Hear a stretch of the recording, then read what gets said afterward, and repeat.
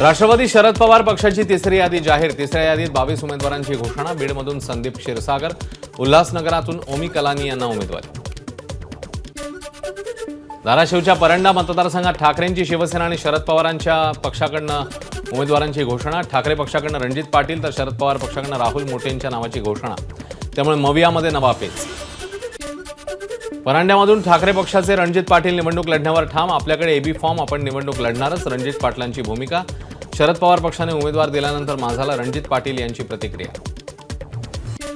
शरद पवार पक्षाकडून माळशिरसमध्ये उत्तम जानकर यांना उमेदवारी। लोकसभा निवडणुकीत जानकर यांनी केलेल्या मदतीची केली परतफेड।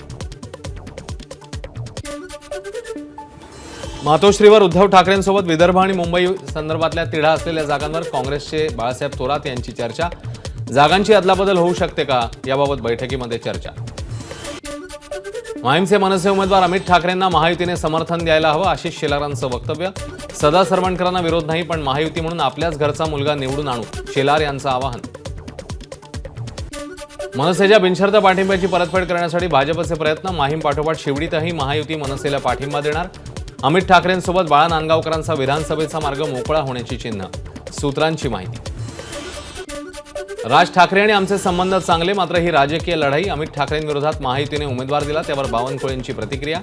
आता जनतेच्या कोर्टामध्ये निर्णय होईल, बावनकुळेंचं वक्तव्य। सदा सरवणकरांचा मुलगा समाधान सरवणकर सोमवारी माहीमसाठी अर्ज भरणार। माहीम हा शिवसेनेचा बालेकिल्ला। शिंदे आम्हाला उमेदवारी मागे घ्यायला लावणार नाहीत असा विश्वास, समाधान सरवणकर यांची प्रतिक्रिया।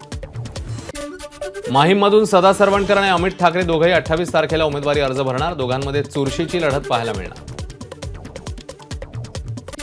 अपक्ष आमदार किशोर जोरगेवार यांना चंद्रपूर विधानसभेतनं भाजपची उमेदवारी। उद्या चंद्रपूर इथे भाजप नेते सुधीर मुनगंटीवार यांच्या उपस्थितीत पक्षप्रवेश। भाजप मुंबईमध्ये 18 जागा लढवणार। भाजपकडनं मुंबईतल्या 14 जागांवर उमेदवार निश्चित, 4 जागांवर उमेदवार निश्चिती बाकी।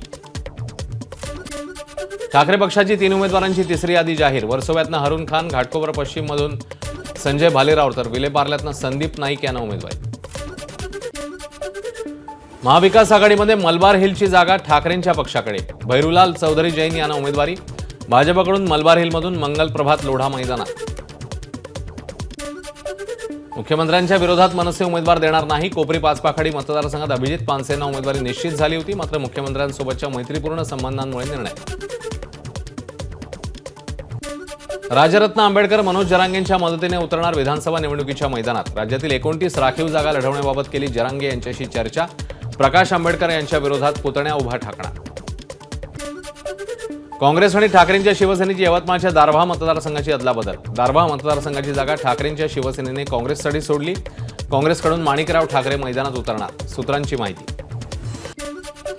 काँग्रेसमधल्या वरिष्ठांना डावलून वर्षा गायकवाडांशी खास असलेल्या लोकांना उमेदवारी दिली।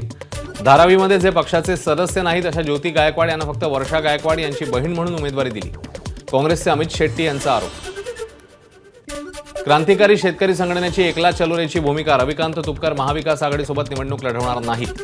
कार्यकर्त्यांना अर्ज दाखल करण्याच्या सूचना, तर काही ठिकाणी अपक्ष उमेदवारांनाही पाठिंबा, तुपकरांची माहिती। धुळ्यामध्ये ठाकरे गटाने अनिल गोटेंना उमेदवारी दिल्यामुळे समाजवादी पक्षात नाराजी। ठाकरे गट दिलेला उमेदवार मागे घेणार। धुळ्याची जागा सपाला सुटणार। समाजवादी पक्षाचे इच्छुक उमेदवार इर्शाद जहागीरदार यांना विश्वास। विधानसभेसाठी महायुतीचा फॉर्म्युला अंतिम टप्प्यात। भाजप 153, शिवसेना 80, राष्ट्रवादी 55 जागांवर लढणार, सूत्रांची माहिती। भाजपकडून पुन्हा एकदा 9 आकड्याचं गणित जुळवण्याचा प्रयत्न। काँग्रेसच्या 23 उमेदवारांची दुसरी यादी जाहीर। सावनेरमधून अपेक्षेप्रमाणे सुनील केदार यांच्या पत्नी अनुजा केदार यांना उमेदवारी। आतापर्यंत काँग्रेसकडनं 2 याद्यांमधून 71 नावांची घोषणा। मुख्यमंत्री एकनाथ शिंदेंच्या उपस्थितीत वर्षा बंगल्यावर बैठकांचं सत्र। विधानसभा निवडणूक रणनीती संदर्भात आज पहाटे 5 वाजेपर्यंत सुरू होत्या बैठका।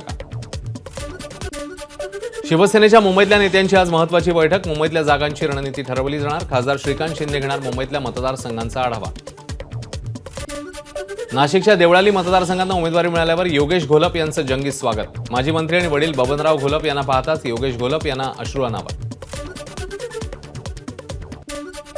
शिवसेना उपनेते बबन घोलप यांचा राजीनामा। ठाकरे गटाने मुलगा योगेशला तिकीट दिल्यानं पुन्हा केला ठाकरे गटात प्रवेश।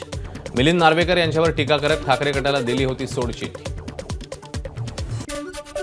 शिवसेना उमेदवार आमदार चंद्रकांत पाटील यांच्याशी घरगुती वाद असले तरी महायुतीचे उमेदवार म्हणून त्यांचा प्रचार करणार. मंत्री रक्षा खडसे यांची प्रतिक्रिया. बच्चू कडूंच्या प्रहार जनशक्ती पक्षाला फटका. पक्षाचे प्रदेशाध्यक्ष अनिल गावंडे भाजपमध्ये. अनिल गावंडे अकोला जिल्ह्यातल्या अकोटमधनं इच्छुक. प्रहार कडून ललित बहाळे यांना तिकीट दिल्यानं गावंडे नाराज. हिंगोली विधानसभेत ठाकरे पक्षाने उमेदवारी जाहीर केल्यावर काँग्रेसचे नेते नाराज. भाऊ पाटील गोरेगावकर समर्थकांनी घेतली बैठक. उमेदवारी न दिल्यास गोरेगावकरांनी अपक्ष उमेदवारी अर्ज करावा, कार्यकर्त्यांचा आग्रह. हिंगोलीच्या कळमनुरी विधानसभा मतदारसंघात ठाकरे पक्षाकडनं माजी आमदार संतोष टारफेंना उमेदवारी. इच्छुक उमेदवार अजित मगर नाराज. 28 किंवा 29 तारखेला अपक्ष उमेदवारी अर्ज दाखल करणार. काँग्रेसचे नेते शेखर शेंडे यांना वर्ध्यातनं उमेदवारी जाहीर. भाजप आमदारांनी मतदारसंघात काहीही काम केलेलं नाही. रोजगारासाठी 10 वर्षात एकही मोठा उद्योग आणला नाही. काँग्रेस उमेदवार शेखर शेंडे यांची टीका. यवतमाळच्या दिग्रस विधानसभा मतदारसंघातनं ठाकरे पक्षाने दिली पवन जयस्वाल यांना उमेदवारी. जयस्वाल 28 ऑक्टोबरला करणार अर्ज. शिवसेनेकडनं संजय राठोड मैदान. कारंजा मतदारसंघात राष्ट्रवादीच्या सई डाहके, उरणचे शेकापचे मेघराज तांडेल यांचा भाजपत प्रवेश. भाजप प्रदेशाध्यक्ष चंद्रशेखर बावनकुळेंच्या उपस्थितीत पक्षप्रवेश.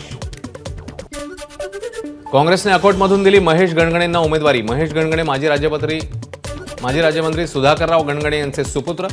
गणगणेंना तिकीट जाहीर झाल्यावर काँग्रेस कार्यकर्त्यांचा फटाके फोडत जल्लोष. एबीपी माझा, उघडा डोळे बघा नीट.